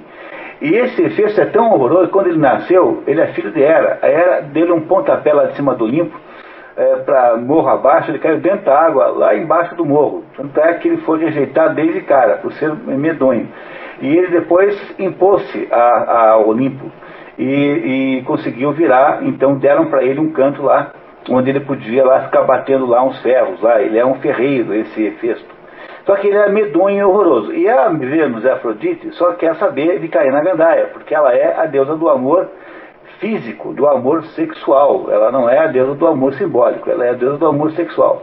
Quem é a deusa do amor simbólico? Olá, Gustavo, tudo bem? É a Hera. A própria Hera é a deusa do amor legítimo, mas a Afrodite não. Porque a Afrodite é chegada numa farra tal. E ela está profundamente infeliz. É uma espécie de Madame Bovary do Olimpo, essa Afrodite. Ela está profundamente infeliz com o marido que tem. Então o que ela fez? Arrumou um caso lá com Ares. O Ares é o deus, é o Marte, para os latinos. É o deus da guerra, que é um sujeito bonitão, forte, assim, escultural, não sei o quê, barriga tanquinho, não sei o quê. Esse Ares, entendeu? E aí o Hélio, que vê tudo, porque ele é o Sol, né, e tem o olho em todos os lugares, vai lá e conta para o Hefesto que os dois estão tendo um caso. Quer continuar assim? Hefesto, o marido traído, com essa informação, preparou um flagrante espetacular da dupla, desmascarada no ninho de amor por todos os deuses às gargalhadas. Aí o que o Hefesto fez foi reunir todo mundo, e na hora, chegaram lá na guarda, tiraram assim a cortina em torno do leito nupcial, nos dois, né? E todos os deuses do Olimpo, então, fizeram aquele flagrante da Afrodite lá com o Ares, né? E aí, então, isso foi um desaforo tão grande que a Afrodite resolveu perseguir todos os descendentes de Hélio. Por isso é que ela persegue as mulheres, né, que são descendentes de Hélio. Essa é a história, tá? Veja bem, assim que me contaram. Eu não tenho certeza, eu não vi bem que tenha sido assim. Mas se não é vero, é bene trovato, né? Não é isso? Muito bem, continuamos. Explica que tudo fizera para afastar a tentação, embora adorasse Hipólito. Procurei evitá-lo, ó auge da desgraça. Meus olhos o reencontravam nos traços de seu pai. Por fim, contra mim mesmo ousei me rebelar. A persegui-lo, incitei minha coragem. Para banir o inimigo por mim idolatrado, a maldade simulei de uma injusta madrasta. Pedi seu exílio, e minhas queixas infindáveis do afeto e dos braços de seu pai o arrancaram. Eu respirava enfim, Enone, e com sua ausência, meus dias, agora calmos, transcorriam na inocência. Submissa a meu esposo, e ocultando meus males, cultivava os frutos de um himeneu fatal. Inúteis precauções, destino pernicioso. No entanto, tendo sido mandada por Teseu a Trezena, lá encontrou o inimigo por ela exilado, como se o destino obrasse cruelmente para aproximar os dois. Tá certo? Estão entendendo a história, pessoal? Ela não se aguenta de paixão pelo enteado e então resolveu se livrar dele, né? Só que agora estão os dois lá juntos, se encontraram de novo. A Fedra atribui isso a um feitiço de Afrodite sobre ela, como se a deusa estivesse controlando aquela paixão que ela sente pelo enteado e que ela não consegue controlar. Não é isso? Então vamos lá, em seguida. Continuamos. Nesse momento, chega por Panópe, mulher do séquito de Fedra, a surpreendente notícia de que Teseu teria morrido. Essa parte que é muito importante aqui nessa história não acontece em Eurípides. Em Eurípides, Teseu nunca é dado como morto, mas aqui é dado como morto. Chega a notícia de que Teseu morreu. Muito bem. Panópe também relata já iniciada a luta para a sucessão do rei, alguns dando voto ao príncipe, filho de Fedra, outros, esquecendo as leis do Estado, ao filho da estrangeira ao zombar a sua voz. Quem é que é o filho da estrangeira? Hipólito, que é filho da Amazônia, né? E o Fedra, e com o Teseu, tem um filho legítimo, que é o filho da rainha, tá? Outros ainda estariam falando em Arícia, da estirpe de Palante. Enone aconselha sua ama a defender os direitos de seu filho. Aqui faltou no resumo, pessoal, uma parte importante que eu acabei só percebendo hoje de manhã, que eu vou ler para vocês, tá? Que é assim, aos direitos do seu filho, vírgula, unindo-se a Hipólito. Aí diz a Enone para a ama, e ambos, tu e ele, têm uma certeira inimiga. 2 pontos. Deveis unir-vos para combater Arícia. E essa parte é importante. Quer dizer, a Enone diz para a sua ama, e ambos, tu e ele, tu Fedra, e ele, Hipólito, têm uma certeira inimiga. 2 pontos. Deveis unir-vos para combater Arícia. Ou seja, é a Enone que agora sugere que, tendo em vista a morte do Teseu, que ela, Fedra, vá lá e que declare-se, case com o filho. Mais ou menos, né? Associe-se ao filho de alguma maneira. Filho não, né? Enteado, né? Sempre, por favor, né? Não é mãe é mãe apenas simbolicamente, mas não do ponto de vista biológico. Então, nesse momento, a Enone, aproveitando essa notícia da pretensa morte de Teseu, faz aí um aconselhamento para que a sua ama aproxime-se de Hipólito, já que ela sabe que a sua ama, portanto, Fedra, ama o rapaz, né? Está interessada no rapaz. Muito bem, então faltou esse pedacinho, tá? Eu espero que vocês aí tenham conseguido escrever aí. Ato 2, filha. Arícia conversa com Ismênia, sua confidente, sobre a morte de Teseu, que lhe permitiria deixar de ser escrava. Por que a morte de Teseu faz com que ela deixe de ser escrava? Porque agora não haverá mais ninguém para obrigá-la a não se casar. Ou seja, para impedi-la de se casar, porque a lei, né, a regra que diz que ela não pode se casar veio de Teseu. Com a morte dele, ela está livre. Compreendendo? Nesse sentido. Ismênia confirma. Não, os deuses não são mais contrários a ti. As sombras de teus irmãos, já Teseu se reuniu. Para um grego, quando alguém morre, o que sobra dessa pessoa no Hades é a sua sombra. Então, o Teseu estaria unido à sombra, a sombra de Teseu morto, estaria unido à sombra dos irmãos dela, que foram mortos pelo próprio Teseu. Como Hipólito teria chances de governar, Ismênia vê esperanças para Arícia recuperar sua posição social. Mas ela está descrente, porque vê indiferença no rapaz em relação a ela e às mulheres em geral.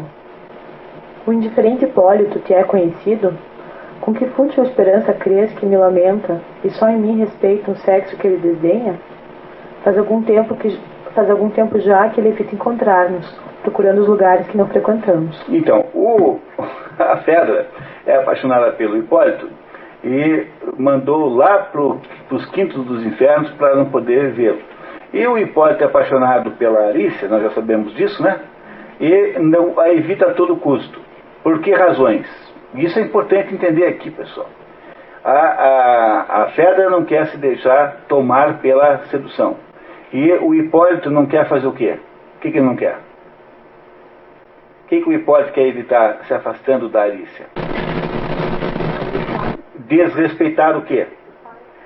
a ordem do pai, que o pai disse que não era para casar com ninguém, muito menos com o filho dele. Pô. Não é isso? Tá? Então o Hipólito não quer desrespeitar a ordem do pai. E a Fedra não está querendo deixar que a sua paixão aflore. Por isso que nas duas paixões que existem aqui, ambas são apenas platônicas, né? Não estão acontecendo de verdade. Ao contrário, tem aparência de agressão. Ambas têm aparência de ódio e não de paixão. Não é? Tanto os dois amados veem-se como sendo odiados. O Hipólito vê-se odiado pela Fedra, embora ele não a odeie, e a Arícia vê-se odiada pelo Hipólito, embora ela não odeie. Ele também não, mas ela também não odeia. Tá? Ela pensa que ele odeia, mas ela não. Tá certo, pessoal? Muito bem, continuamos. Ismênia insiste em que Hipólito está apaixonado por Arícia. Dizê-lo apaixonado talvez ofenda seu brio, mas de apaixonado tem o olhar se a boca não o diz. Arícia, proibida por Teseu para os atenienses, porque receiam que da irmã o intrépido amor reanime um dia a ciência de seus irmãos, confessa à amiga seus verdadeiros sentimentos por Hipólito. Mas sabes também com que olhar desdenhoso eu vi o zelo de um vencedor suspeitoso. E sendo eu também aos liames do amor avessa, rendia graças ao tirânico Teseu, cujo rigor propício meu desdém secundava. O olhar então em seu filho eu ainda não pousara. Não que pelo sortilégio do olhar tomada eu ame sua beleza e graça tão louvadas, dons com que a natureza desejou honrá-lo, e que ele menospreza e parece ignorar. Amo e nele prezo outras mais nobres riquezas, as virtudes de seu pai, mas não suas fraquezas. Amo, te confesso, esse orgulho generoso, que nunca sujeitou o seu jugo amoroso. É isso que desejo e eis o que me exaspera. Hipólito custa mais a desarmar-se do que Hércules, que, vencido muitas vezes e depressa amansado, pouco honrava o olhar que o havia dominado. Ai, que imprudência minha, querida Ismênia! Hipólito vai me opor toda a sua resistência. Talvez ainda me ouças em meus pesares, humilde, chorar por causa desse orgulho que hoje admiro. Hipólito estará me amando? Por que ventura extrema terei vergado? Será que Hipólito me ama mesmo? Como foi que eu consegui derrubar aquela resistência que o Hipólito aparentava com relação a ela e qualquer outra mulher, né? Muito bem. Tá claro, pessoal? Ela agora está confessando também que ama Hipólito. Arícia confessa que ama Hipólito. Chega Hipólito para comunicar a Arícia a morte do pai dele, o sucessor de Alcides. Alcides é o nome de batismo de Héracles, que recebeu este novo nome, que significa a glória de Hera, para agradar a Deus e que perseguia a criança. Não adiantou. Então, Alcides, Héracles e Hércules é a mesma pessoa. Alcides é o nome de batismo de Héracles, que mudou para Héracles para ver se Hera parava de persegui-lo, e os romanos é que chamam de Hércules, mas o nome em grego é Heracles. Tá? Nessa peça, todos os nomes estão latinizados, todos os deuses estão latinizados aqui pelo próprio Racine. E libertá-la de uma tutela austera. Nesta trezena, que já me vê como rei, deixo-te liberta, e muito mais livre do que eu. Hipólito relembra que, incerta quanto à escolha de um sucessor, Atenas fala em ti, em mim e no filho de Fedra também. O rapaz sugere ficar com Trezena, entregar as campinas de Creta ao filho de Fedra e a Ática a Arícia, que a teria por direito de seus ancestrais. A moça fica muito surpresa. Com justiça, teu renome pelo mundo se espraia, mas tua fama pela realidade é superada. Queres, em meu favor, a ti mesmo atraiçoar? Se não seria o suficiente não me odiar e ter por tanto tempo protegido tua alma contra essa inimizade que... Hipólito declara-se apaixonado por Arícia. Que transtorno é esse que me apata de mim mesmo? Um só instante venceu minha imprudente audácia. Esta alma soberba, por fim, está domada. Faz quase 6 meses, e mais ou menos o prazo em que Teseu já está fora do seu reino, que, em desespero e envergonhado, na carne levando o dardo que me estraçalha, contra mim e contra ti me debato inutilmente. Se estás presente, fujo. Te busco se te ausentas. A tua imagem me segue aos profundos bosques. Que mulher não casaria com um homem que fizesse uma declaração dessa, né? Olha só, não é isso, tá? Na carne levando o dardo que me estraçalha, contra mim, contra ti me debato inutilmente. Que maravilha, né? Quer dizer, ele na verdade não era misógino coisa nenhuma, embora em Eurípides o seja, mas ele era um sujeito que não podia revelar a sua paixão pela Alicia, porque ela era a mulher proibida pelo próprio pai, que havia dito que não podia casar com ninguém de Atenas, muito menos com ele. Não é isso? Então agora, nesse momento, há a confissão mútua de que eles se amam, na verdade. Vocês não estão ficando emocionados com essa história? Não, é uma história emocionante, você não sabe o que vai acontecer aqui. Então, vamos lá, então. Terámenes, confidente de Hipólito, anuncia a chegada da rainha. Hipólito resiste em recebê-la, mas Terámenes pede-lhe piedade por seu pranto e, incentivado por Arícia, o rapaz aceita. Estão juntos Fedra, Enone e Hipólito. Fedra, que julga estar com os dias contados, pede ao enteado que proteja seu filho, já que 1000 inimigos já conspiram contra ele, e apenas Hipólito pode abraçar sua defesa. Mas declara temer que o filho da Amazona em breve castigue nele esta mãe odiosa. No filho dela, né? Nele, né? Hipólito responde: não abrigo tão baixos sentimentos, rainha. Mas Hipólito diz que não vai perseguir o filho dela, porque ela está dizendo, eu vou morrer, então quando eu morrer, você, por favor, proteja o meu filho. Só você é capaz de poder. Mas, a não ser que você queira se vingar nele de mim, você ainda não tem os sentimentos tão baixos. Mas o Hipólito nos dá sempre uma sensação de ser uma pessoa com uma certa nobreza, né? Esse Hipólito, né? Não é isso? Fedra se penitencia pelas perseguições feitas a Hipólito, que ele, condescendente, atribui aos ciúmes legítimos de uma mulher ao filho legítimo de seu marido com outra. Mas ela nega. Agora ela não vai conseguir resistir. E vocês já estão imaginando o que vai acontecer, né? Tá, agora vamos ver. Ah, príncipe, o céu, ouso aqui afirmar-te, dessa lei corriqueira decidiu me isentar. Uma ânsia bem diversa me perturba e me devora. O que será essa ânsia bem diversa que a perturba e a devora? Bom. Mas não, ele não está morto, já que em ti respira. Diante dos olhos, creio ter meu esposo ainda vivo. Eu o vejo e lhe falo, e meu coração, perco-me, esse louco ardor, a meu pesar, se desvenda. Fedra está cada vez mais direta, e relembrando os feitos de Teseu em Creta, diz ao enteado que, contigo adentrando o labirinto, a teu lado estaria salva, ou então perdida. Que genial, né? Que maravilha, né? Que maravilha. Hipólito finalmente compreende e se assusta. Deuses, que ouço! Estás esquecendo, senhora, que Teseu é meu pai e é teu esposo? Hipólito faz menção de sair, alegando não estar entendendo, mas Fedra o impede. Ah, me entendeste bem demais.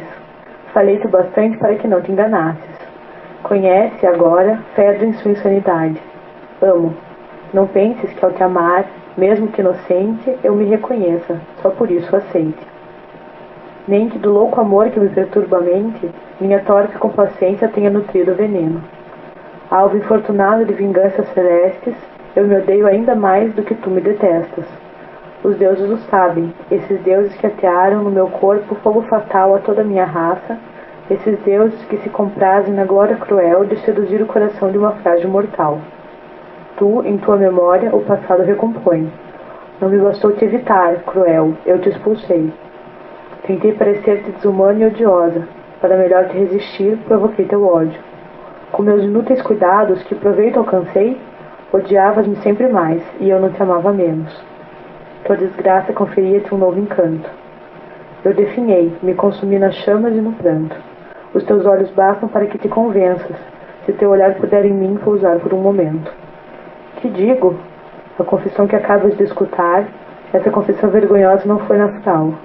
Temerosa por um filho que não ousei trair, vim implorar-te que não lhe foras hostil. Frágeis projetos de um coração pelo amor possesso. Ai de mim, consegui falar em ti apenas.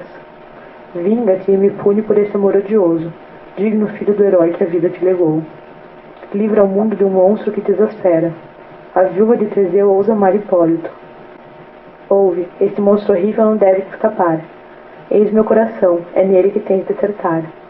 Ansioso por querer espiar sua ofensa, na direção do teu braço, ei-lo que se lança. Fere, ou se o crês indigno de teus golpes, se tão doce suplício me é negado por teu ódio, se a mão com sangue vil não queres ver manchada, e teu braço se recusa, dá-me a tua espada. Dá. Indisfarçável é o sabor sexual da entrega da espada de Hipólito a Fedra.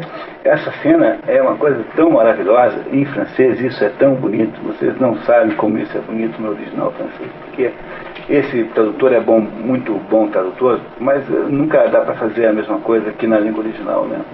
É uma cena de uma densidade dramática, de um flêmito assim, é maravilhoso, é extraordinário, em que ela então confessa-se completamente apaixonada por ele, pede que ela lhe dê a espada no final, como, digamos assim, um símbolo de submissão total a ele, né? Ela se crê viúva, né? Não esquecer isso, né? Isso, embora não se tenha ainda comprovação disso, mas já há notícia de que Teseu morreu. Muito bem. Enone afasta a Fedra, que sai com a espada de Hipólito.